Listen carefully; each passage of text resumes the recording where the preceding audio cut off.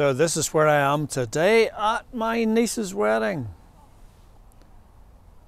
And it was a wool treatment plant, putting your wool into thread, the wool tower, thus the name. But it was also used for treating flax as well. Each window has its story here. But it's all gone. All our industries lost. All that skill and stuff. These are just pictures on the windows of the place. There's the wool. It's brought into a fleece. I see a bale of wool there on the right.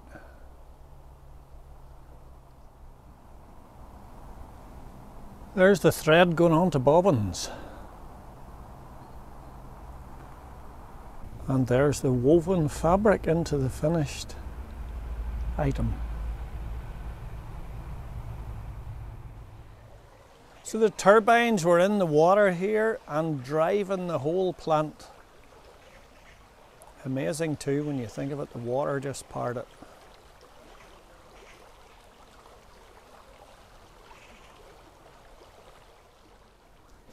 So this was a woolen mill, obviously, at a time, but it was also a flax mill as well, from what I can make by the posters and pictures up around the place. So this was the workforce in 1939 behind me here.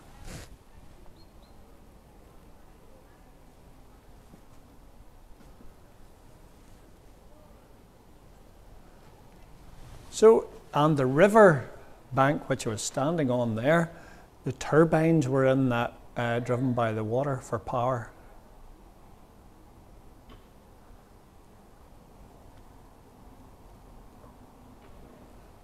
There's some of the old pictures, and there it is, an aerial shot in its full glory.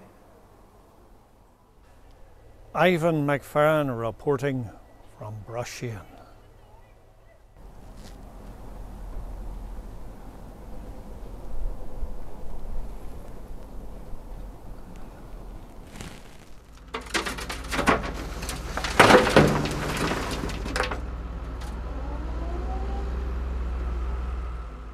So here we are, just covering in the last little bit of ground here that we have reclaimed, sort of, so to speak, and we have put a drain in there as well. After all the covering over, there's still water running out where that shelf of rock is, just beside us here. So there must be the best part of 3/4 of an acre, or whatever we've worked on here, or an acre maybe. So the water was still weeping out there, and we just decided we'd stick a drain in there and do, but it'll probably be next year before things settle and we'll see how things have panned out.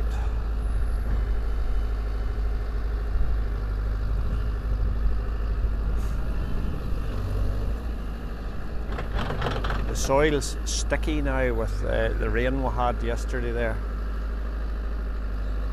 But that's good. Most of the folk have their silage in and the slurry on, and the rain's great for keeping the cycle going.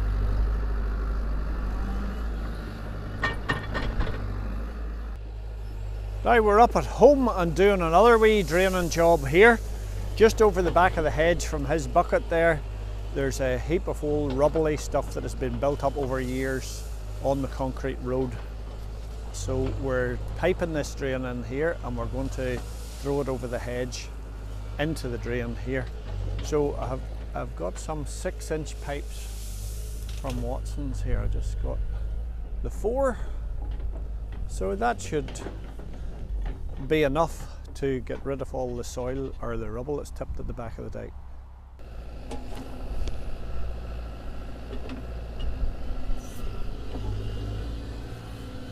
So look at this.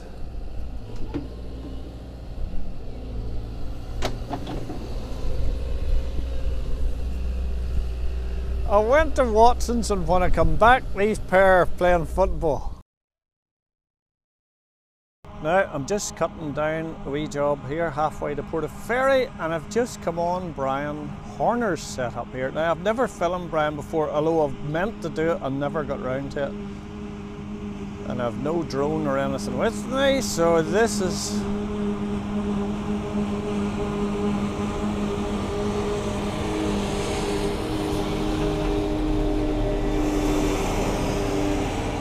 just what I can collect at the time.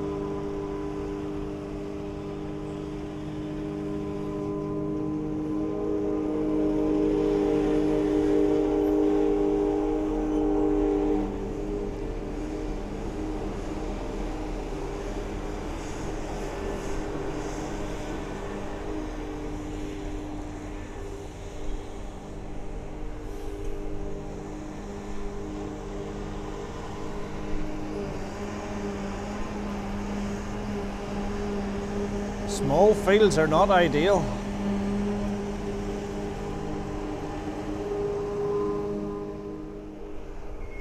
But I'm sure his head was fried with that wet weather and 40 farmers all ringing you at once, and you've 2 dry days in the forecast. Can you imagine what that would be like?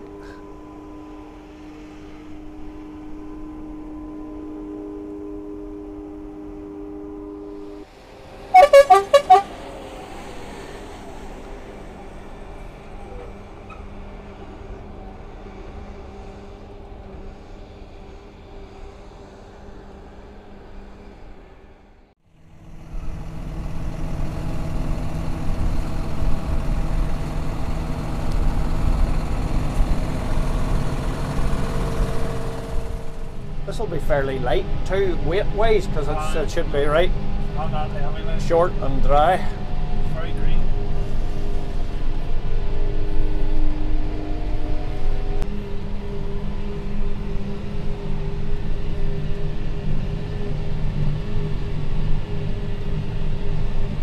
We're in the cab here with Nigel.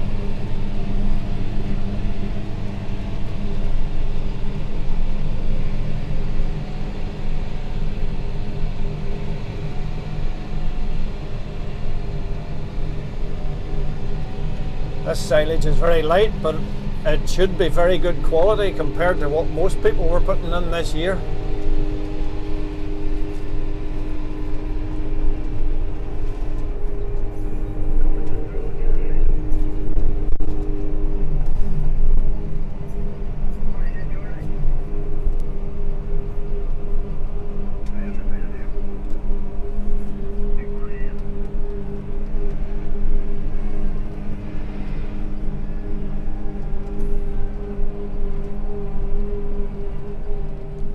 So a steep nap there, you just wouldn't want to be going across the side of it.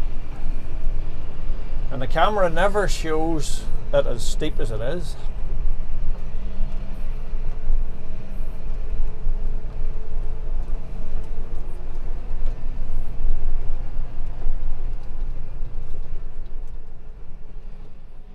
What speed are we doing, Nigel? 13 miles an hour.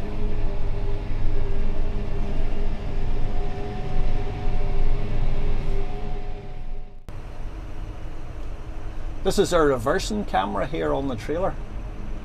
Just like a little mini TV screen. That's him.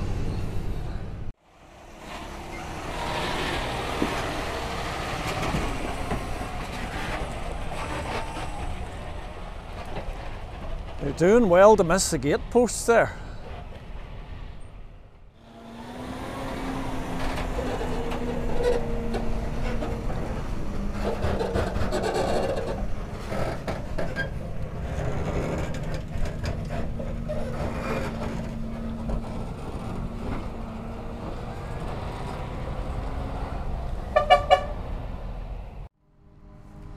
After viewing that, your machinery seems a little bit ancient and small.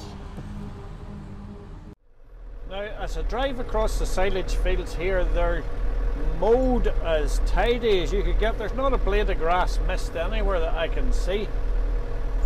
Now, my identical twin brother, Davy, he does the mowing for the Horner outfit. But he was on holiday this week, but they've put a good man on the mower. Now, this farm's buzzing with activity this last day or two, and it was Brian there putting the silage in, Brian Horner, the last day or two, and I'm here this last day or two, and now the slurry's going out as well.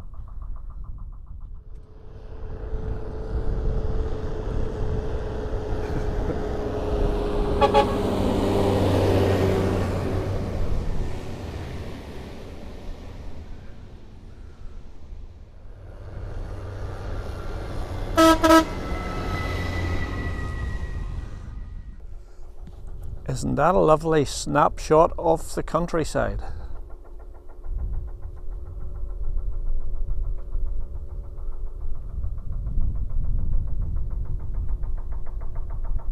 Hello, Jay. Now I'm down Portavogie Harbour here this afternoon. I was just looking for a fella who isn't to be found, but this is the slipway here where they pull the boats up in. This is a wire rope in the ground here which goes up to the winch house, which I was in the other day and saw something I thought was interesting. So this is the wire rope. How much can that wire rope pull? 350 tons. 350 tons she can pull. That's her. But what I was looking at actually the other day, it was in here, was this here. Now, this is lumps of coal, and a boat lifted them. During the wartime, of course, there was boats with coal on them were shot, torpedoed, should I say, and attacked and sunk out here. So sometimes when the boys are trawling, you pick up lumps of coal. So I heard of a local fisherman there. Look at the size of that. Now that's been in the sea since wartime. 39.45. But apparently it burns very nicely. I think the man got 5 or 6 fish boxes off it the last time it came up in the net. So that's from the winch house at Portavogie.